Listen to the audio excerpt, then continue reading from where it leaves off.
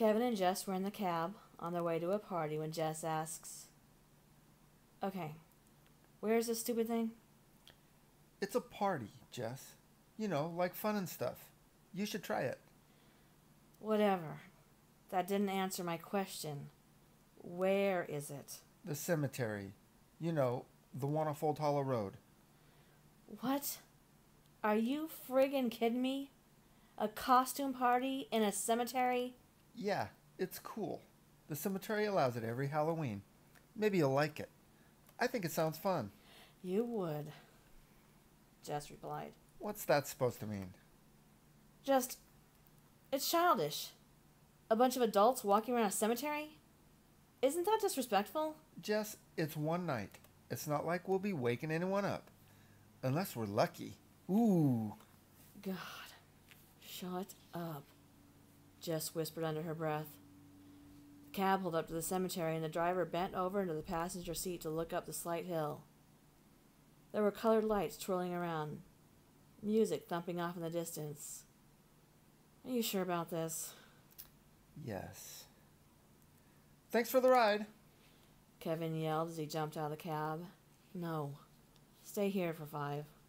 I'll give you a 20 for your troubles. Sounds okay by me, said the cabbie. Jess got out and straightened her long, flowing black dress. The arms were bell-shaped and had ruffles at the end. The bodice was cut rather low, and she had on a large red amulet that Kevin had given her to wear. It was really heavy and didn't feel at all like custom jewelry. There was some type of liquid in it, red and shiny. Her hair was pinned up with some loose curls hanging down her shoulders. Her face was painted pale, and she'd picked up those vampire teeth that you clip onto your incisors, unlike those old plastic ones that filled your entire mouth. Plus, the added drops of fake blood at the corners of her lips. Kevin was dressed in a tuxedo he said he'd gotten from his dad. A red ascot around his neck with a rather large charm hanging from it. He was carrying a cane and painted as pale as Jess was. They looked pretty good, if she did say so herself. As they walked up the hill and came over the top, she caught her first glimpse of the cemetery. It was lit up with fairy lights. There were tables with linen cloths where food was being served, although it didn't appear that anyone had begun eating yet. There was a DJ and a lot of people. She was really surprised by it. She glimpsed the bread, bottles of wine, and a young man poured her a glass. "And for you, sir?" he asked Kevin. Talia said to ask for the special. And immediately the man disappeared and came back with a goblet. "Hey, why didn't I get a goblet?"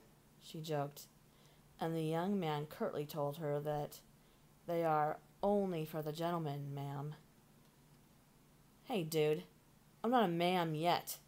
And that was pretty sexist, by the way." Kevin pulled her arm a little to take her away from the table. By now, Jess had forgotten that she'd even given that cabbie the extra 20 to stay around. "Who's Talia?" asked Jess. My friend. From work. The one who told me about the party. You remember. I told you about her. "Oh, right," said Jess, but she actually couldn't quite remember if he had told her name or not. Come on. Let's go mingle. Jess's wine was already starting to make her feel more loose and warm all over. Wow, she thought. Guess I'm a cheap date tonight.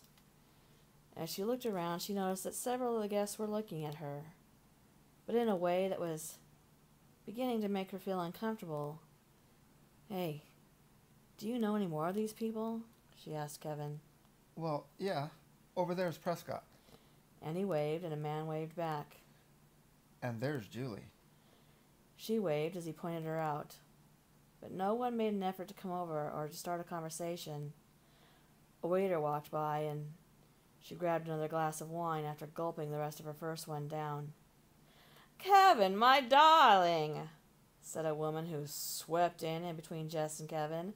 "Dear, I'm so glad that you could make it." She smelled like citrus and something else. Jess couldn't quite put her finger on it, but it was nice. Cinnamon, maybe? She was dressed in a Victorian-style velvet gown with long diamond earrings that twinkled in the fairy lights. Her hair was black and shiny. She turned to Jess and said, "And you must be Jess." And before Jess could respond, the woman grabbed her into a tight embrace. And while she was saying how much she had heard of Jess, Jess thought she heard her smell her neck and come in very close. Jess swore that she might have felt her lips touch her just below her ear. "Hi.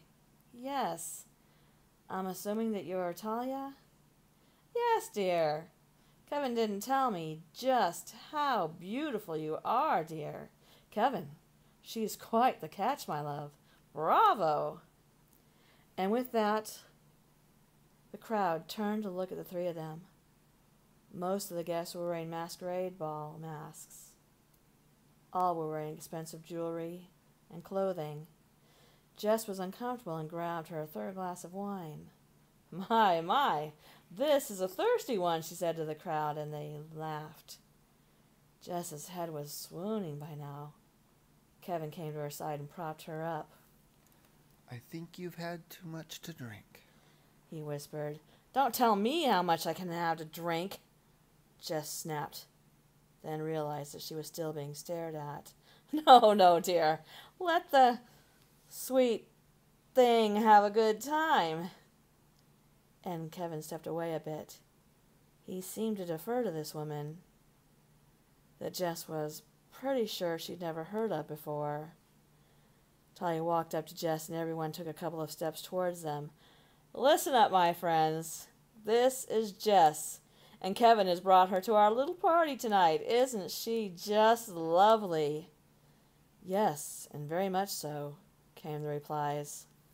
"This one has a lot of spirit, I can tell," said Talia. Jess knew that she'd had too much to drink. She was confused. It had only been 2.5 glasses, and wine had never affected her like this before. "My love," said Talia, "come here, dear." And Jess put her hand out to meet Talia's. "Kevin?" asked Jess. I'm right here, Jess, he replied as the crowd took another couple of steps towards her. The grass under her feet felt as though she was spinning. She could hear the people speaking, but she couldn't make out the words. Suddenly, Talia was pushing back the curl from Jess's shoulder, and she felt her teeth pierce her skin like butter. "Kevin!" cried out Jess, or at least she thought she was crying it out. Relax, Jess, said Kevin calmly. Just then, Kevin took Jess, and he too bit into her neck. Jess was feeling so weak and on her way to darkness. The last thing she ever heard Kevin say was to Talia. You're right, Mother. The ones who seem the most bitter are the sweetest.